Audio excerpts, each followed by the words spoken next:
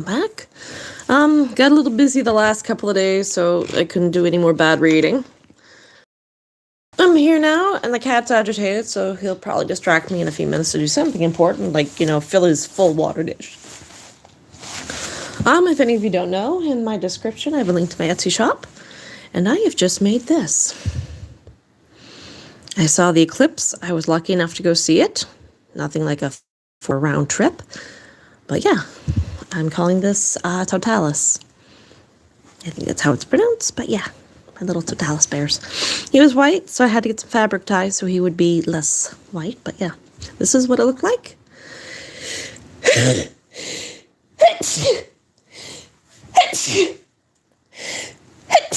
Oh boy, I'm not done. Hang on.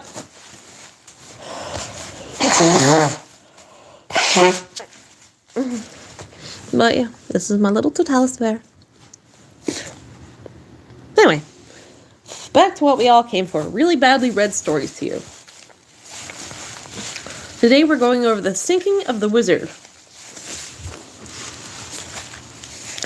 Now, Cape Sable Island is a sandbar off the coast of Nova Scotia.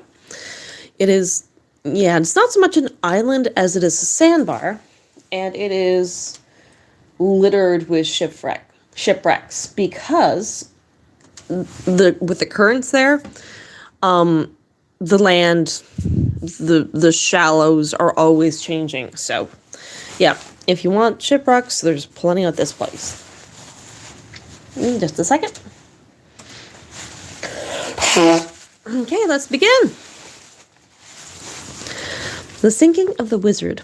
Ship sliced in two off Cape Sable Island, Shelburn County, September 14th, 1952. On Friday, September 14th, 1952, 24-year-old Truman Nickerson was drifting alone in the cold waters off Cape Sable Island. Just seconds earlier, around 9:15 a.m., he and his crewmates were headed out in their 39-foot fishing vessel, the Wizzard. By now, he was the lone survivor of a 3-man crew. His brother, Blandford Nickerson, 27, was dead. Blandford was a father of 4. Also dead was Orville Nickerson, Truman's 22-year-old cousin. What happened on that fateful September morning? All 3 men were veteran fishermen. They left shortly before 7 a.m. that morning from Swimming's Point, which is a short distance from the Hawk. Wow, I cannot read this morning. They set a southwesterly course for what is known to local fishermen as the 25th mile ground. Their goal was to fish for halibut. In the local paper, Truman Nickerson recalled the events that fateful morning. We had been gone a little over 2 hours. That was put us from 18 to 20 miles from Cape Buoy. The fog was about the worst I've seen. My brother, Blandford, was at the wheel, and Orville was back near the engine. I had just finished putting on my boots, something I seldom do so early, and was having a mug-up in the forecastle. Truman continued. There was no warning. When the freighter crashed through us, I was standing in the forecastle just below the wheelhouse with a piece of pie in my hand. I climbed up through the hatch and was pretty sure I had a hold of my brother's sleeve, but the force of the water slammed me back down below. The ship struck us just forward of the wheelhouse and appeared to slice diagonally. Orville was back near the engine. I guess he went down with the ship. I figure both of them must have been killed by the impact. Truman then recalled what happened next. I was dazed after the crash. I remembered faintly coming to the surface again before I finally got hold of a piece of the wheelhouse as it came up from below. When I got to the surface, I found a piece of forward section of the boat and hung on to it.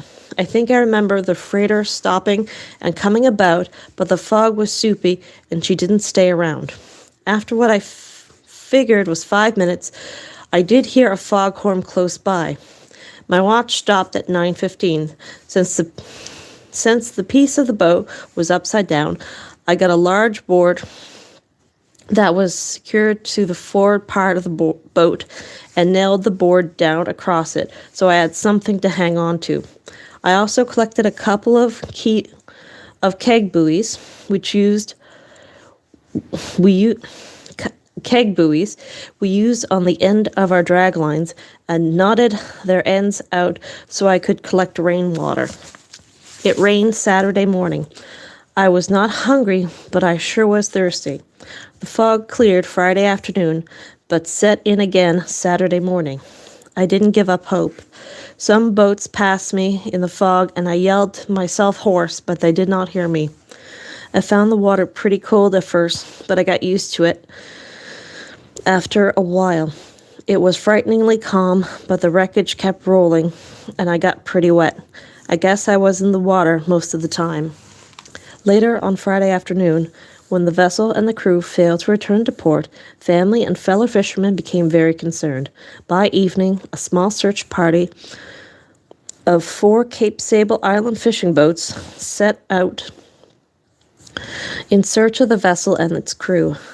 The boats searched through the night and the next day. Then, around 1 p.m. the next day, one of the Cape Sable Island fishing boats, Captain Auburn Atwood, spotted Truman Nickerson clinging on to the wreckage of the Wizzard. When he broke through a clear patch in the fog, Nickerson was taken aboard Atwood's vessel, Gary and Gale. Nickerson was taken back to port while the other search vessels combed the area in search of the wreckage, but they were unsuccessful in locating the bodies of the missing men. They have never been recovered from their watery graves. Back on shore, Truman recovered from exposure but had a dislocated shoulder. He was very lucky in comparison to his crewmates who lost their lives. As for Bladford, he was known as a survivor in the area. He had served in the Merchant Marines in World War II. He had 2 tastes of near death before his tragedy at sea. 7 years earlier, his engine had failed while he was fishing off Cape Sable Island. Nickerson spent 4 days floating in frigid winter waters before being rescued by a tanker, Lady Lauren, and taken to Barrington Passage. He was survived by his wife, who was formerly Ethel Atwood, and 4 children, William, Wayne, Gloria, and Belton, at home. The eldest son of Mr. and Mrs. Auburn Nickerson, Orville, had fished regularly with his father since he was a boy. Unmarried, he was survived by his younger brother, Malcolm, and 3 sisters, Mildred, Winifred, and Phyllis. An investigation by the Royal Canadian Mounted Police and the Department of Transportation concluded that the collision occurred Friday, September 14th, 1952, at approximately 9:15 a.m., about 20 miles southwest of Cape Sable Island.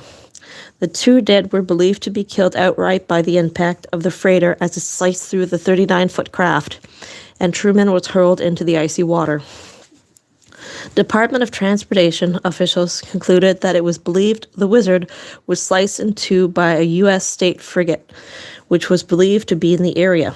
An investigation by the Barrington Passage RCMP was unable to identify the frigate. The RCMP also concluded that there was a strong possibility the ship had no knowledge of the collision. Unfortunately, that happens. All right. Hello, Ghetto.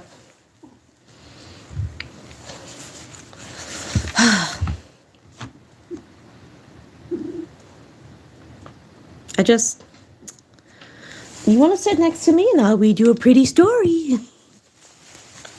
Okay? You good? All right. Oh my God.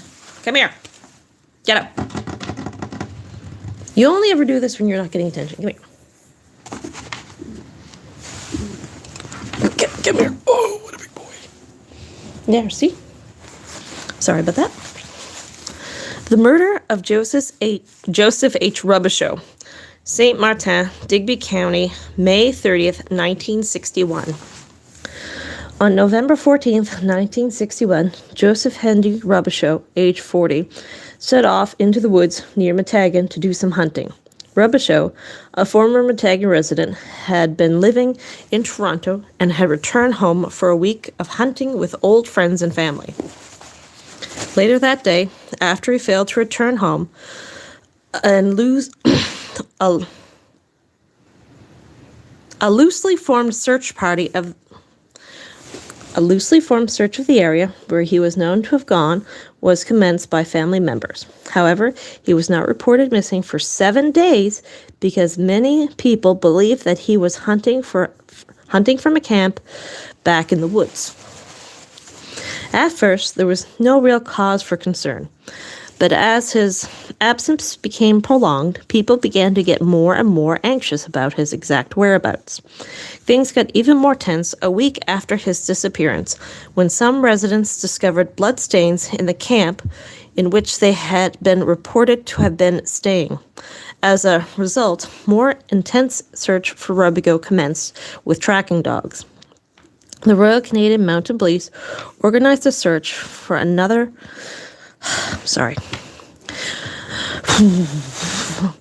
organized... Fucking hell, come here, you baby. Stop. You're fed, you're watered, you're loved.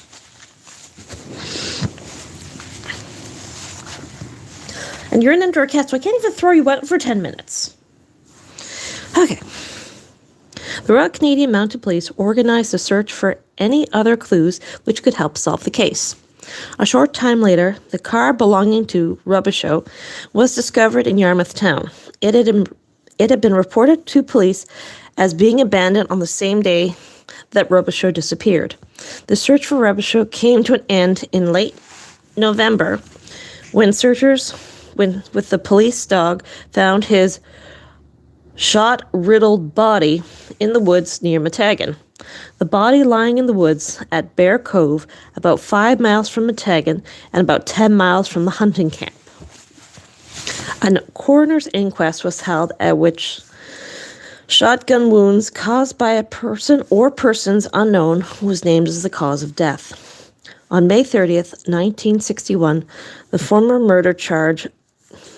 first murder charge in 50 years to go before a grand jury in the town of Digby was held before Chief Justice J.L. Ilsley. Ilsley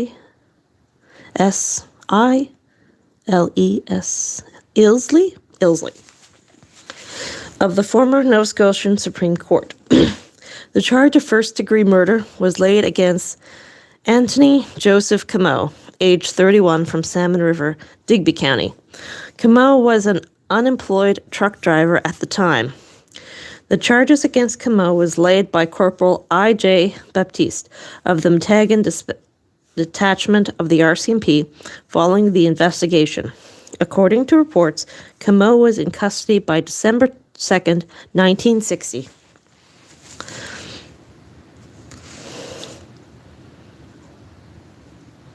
What? Did I miss something? Okay, I'll just keep reading. Anthony J. Comeau came before the magistrate, C. Roger Rang, for a preliminary hearing in Deep Brook, Digby County on December 9th, 1960. It was reported in the local media that Comeau had previously pled guilty to a charge of theft in relation to the gun that had been owned by the deceased. For this charge, he had been sentenced to 1 month in jail. Based on the evidence presented at the preliminary hearing, it was found by Judge Rand, R-A-N-D, that there was sufficient grounds for a trial on the charge of murder. As a result, Anthony Comeau was committed to stay in trial in the Nova Scotia Supreme Court Council. Ooh. Yep, that fell off.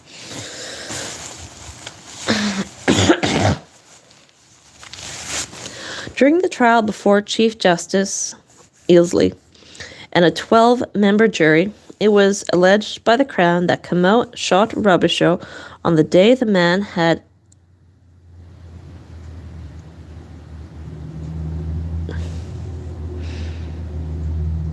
I'm still confused.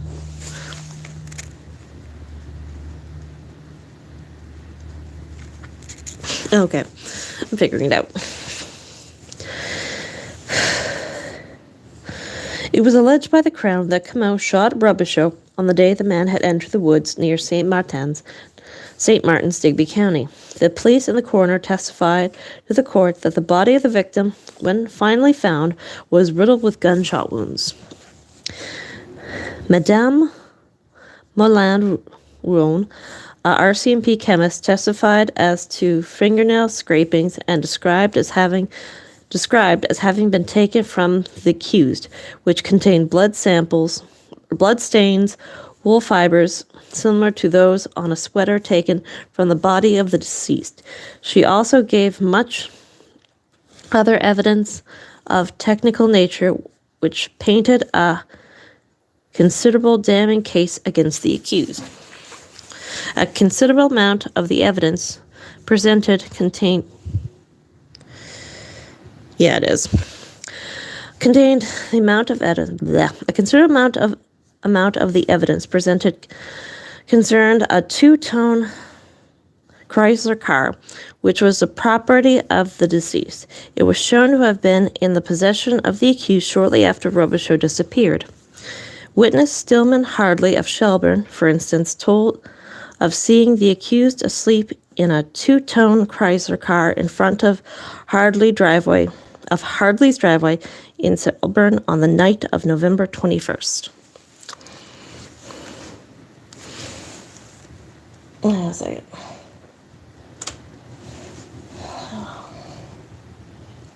Let's see now. There we go. We'll fix that. Shelburn Police Chief Halpert testified he took to the accused the same night and that the accused was sober. Jesus, who wrote this?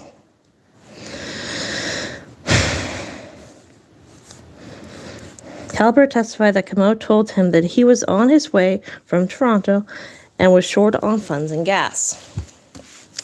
Yarmouth Deputy Police Chief Stanley Allen told the court of talking with the accused. I don't know who wrote this, but I can't read their writing. Who did this? Ronian and Judy. Okay. Told the court that Comeau had come to the police station and asked if he could have access to a two-tone Chevy Chrysler car that had been picked up along Yarmouth Street and impounded. The Yarmouth Town Police did not give the car to Comeau. Rather, Allen testified the car had been taken to the RCMP garage. After a lengthy trial, based on overwhelming evidence, mainly of a circumstantial nature, the jury found Comeau guilty as charged.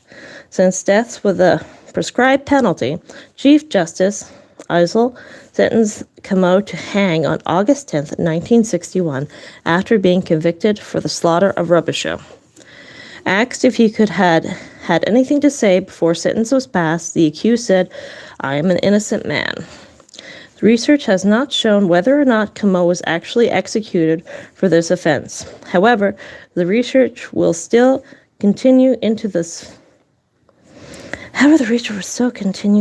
fascinating case.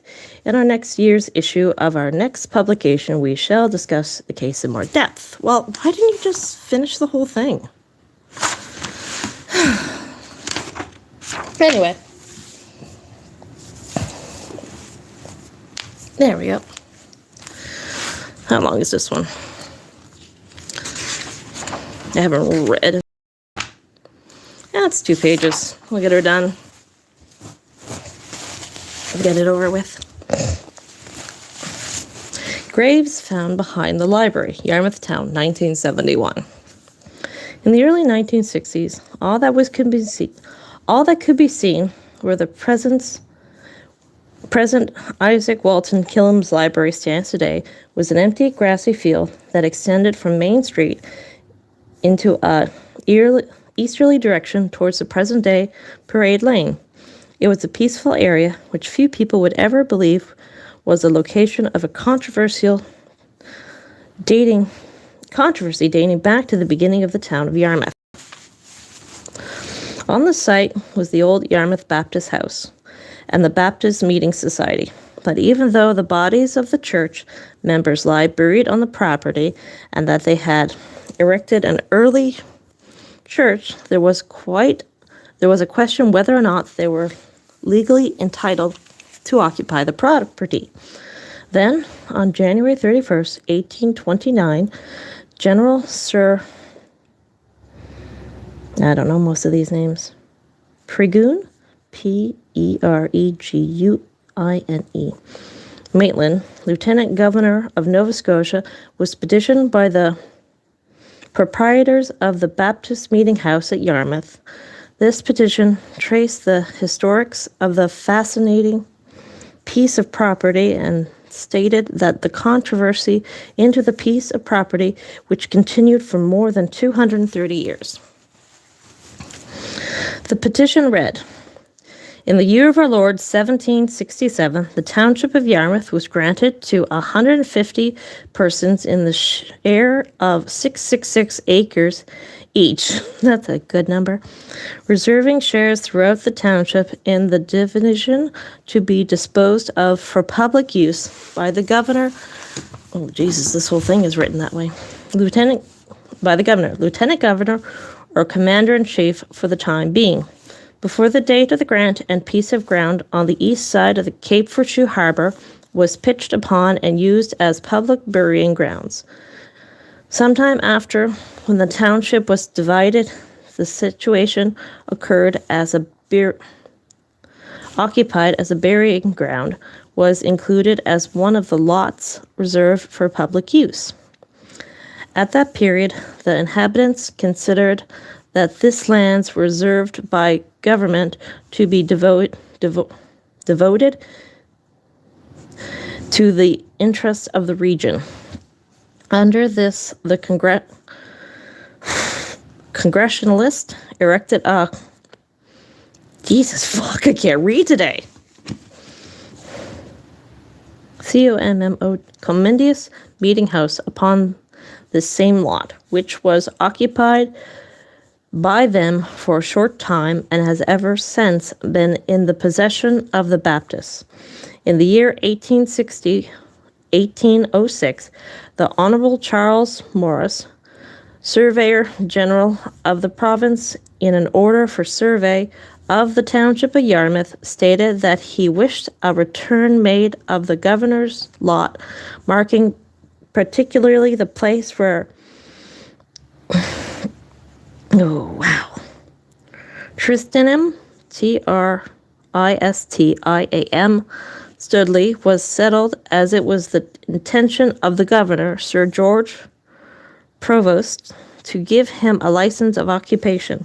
Some years previous to the date of the order, Studley had got into his possession the rare part of the lot and remains still. In making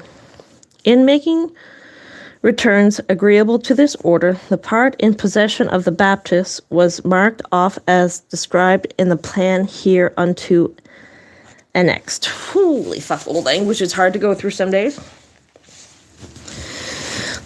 In the year 1807, an order came out from government to assign part of the reserved land as church glebe and part of the site of the school. About the same time, private individuals obtained grants of some of them. In assigning the lot according to the order, the particular lot on which the Baptist Meeting House stands, and part of which was used as a public burial ground, walled in by the society, was assigned as church glebe. The proprietors of the meeting house being in possession of the front of the lot were desired by the were desired by the church warden to give it up. This they refused to do, but a part of the proprietors consented to relinquish the claim as part of the front lot. The Baptist Commission, the Baptists comprised more than 3/5 of the population in the township and possessed a feeling in common with all mankind to keep sacred the grounds where the deceased friends are buried. Jesus jumping. You know what? I'm going to call this one. I am not with it today. I'm still recovering from my trip, so I'm going to go over this again tomorrow. So, whew.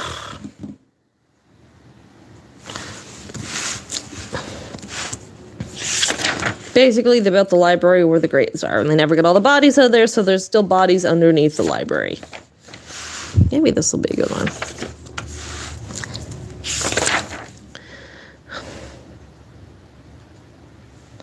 Yeah, I'm not up for this tonight. It's a little bit too long for me, so I'll try and do the library again tomorrow. Hopefully I'll feel, less tongue-tied. All right, thanks, guys.